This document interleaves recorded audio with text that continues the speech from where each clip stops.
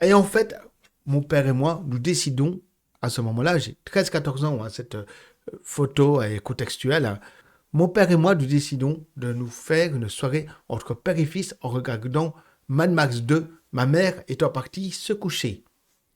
Nous regardons le film, nous arrivons à la fameuse scène du camion-citerne qui se fait attaquer, quand à un moment donné, on entend un grand boum, on sent les murs vibrer et le sol trembler comme un tremblement de terre. Ça dure quelques secondes, hein, mais c'est vraiment ça, avec le boum en plus.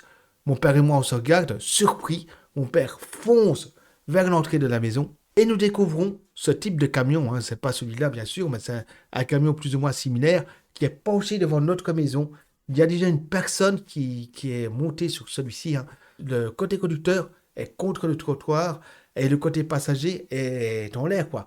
Donc le mec qui est monté sur le camion, il arrive à ouvrir la portière passager, regarde à l'intérieur et crie qu'il n'y a personne à l'intérieur. Alors, on ne comprend pas parce que l'accident vient de se passer, la rue est quand même assez longue et il n'y a personne. Comment ça se fait? Alors d'avance, je m'excuse, je n'ai pas pu retrouver les photos de l'accident. Hein. Je suis persuadé de les avoir, mais je n'ai pas su retomber dessus sur le moment pour faire cette vidéo. C'est dommage parce qu'on aurait pu voir la façade défoncée de la maison et le camion là, juste en face de notre maison. Alors, vous l'aurez compris, hein, ça c'est la maison où j'ai vécu étant enfant. Hein. Ça c'est d'ailleurs la fenêtre de ma chambre et ça c'est la pièce de devant. Donc en fait, le camion, pendant que l'on regardait l'attaque du camion citerne sur Mad Max 2, le camion est venu percuter cette façade-ci, du moins l'ancienne façade, ça c'est la façade refaite après accident. Hein. Cette photo date de 2009 sur Street View, alors que l'accident a lieu en 1992-1993 quand j'avais 13-14 ans, et ça a complètement défoncé la façade. Hein. Ensuite, le camion, tout en se penchant, a abîmé les marches ici, tout en abîmant le mur hein, de part et d'autre de la porte.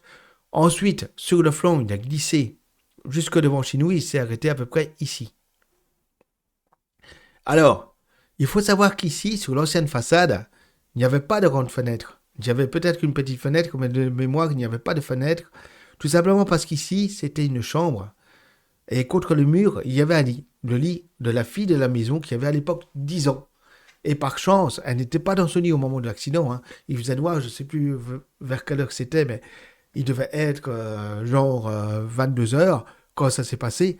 Et par chance, la fille n'était pas dans son lit, elle était dans le salon en train de regarder la télé avec ses parents. Mais si elle aurait été dans son lit, elle aurait été contre le mur et elle aurait probablement été tuée par l'impact, voire très grièvement blessée. Mais par chance, pas de blessés, pas de mort. Par contre, la mère de famille, vous imaginez bien, elle était en état de choc en sachant que sa fille a failli être percutée par un camion. Alors pour vous donner une idée, justement par pur hasard, au moment où Google a pris la photo de la rue qui est juste à côté de la mienne, où ma maison était, il y avait un camion. Et en fait, ce qui s'est passé, c'est que le propriétaire du camion, qui est clairement un camion de chantier qui était plus vieux que celui-ci, hein, qui était un camion d'une personne indépendante, qui travaillait donc à son compte, était en froid avec ses enfants. Et ses deux fils n'ont rien trouvé de mieux que de voler le camion de leur père, d'amener celui-ci à un endroit où il y a un tournant à 90 degrés, de bloquer le volant avec une corde ou une ficelle, de mettre une pierre ou une brique sur l'accélérateur et de laisser celui-ci filer sur la façade qui se trouve forcément ici, c'est de la troisième maison. On le voit bien, hein, le tournant est à 90 degrés, c'est vraiment rentré en plein dans la façade et comme je l'ai dit, pour peu, il y avait une gamine de 10 ans qui était tuée à cause d'une querelle entre fils et père.